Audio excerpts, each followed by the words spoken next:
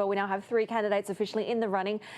What do we know about the main policy differences between them? Can we expect anyone else at this point to join the race? Right. Well, although we do have these 3 candidates, we have obviously Taro, who is the most popular in the opinion polls.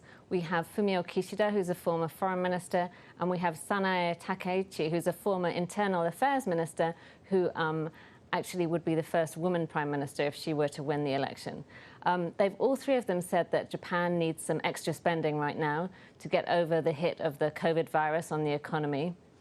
But they also have mentioned several things that have set them apart from one another.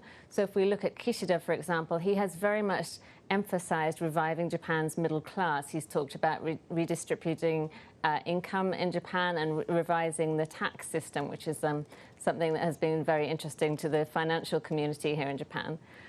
Looking at Takaichi, she has been very insistent on the inflation goal of 2%, so that monetary policy is one of her main pillars. And if we look at Taro, for many years, he has been very much focused on increasing efficiency. So he very much is pushing the idea of digitalization and increasing the efficiency of both government and business. Isabel, in Japan's political system, being popular doesn't necessarily mean you're going to become prime minister, right? So what are Mr. Kono's chances of success here? Right, you're absolutely right.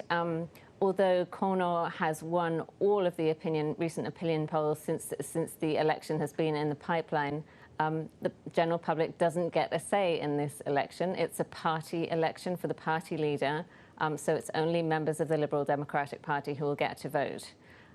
Having said that, we do have a general election coming up. So when the party makes its choice, it will be bearing in mind who will be the best person to lead the party into a general election and to get the general public behind them. That's going to be one of the major factors. But if you look at the mechanism of the election, if none of the 3, or if any other candidates come forward, we don't know how many there will be in the end, but if none of them get more than 50%, the election goes to a second round, which is limited only to the party, the parliamentary party.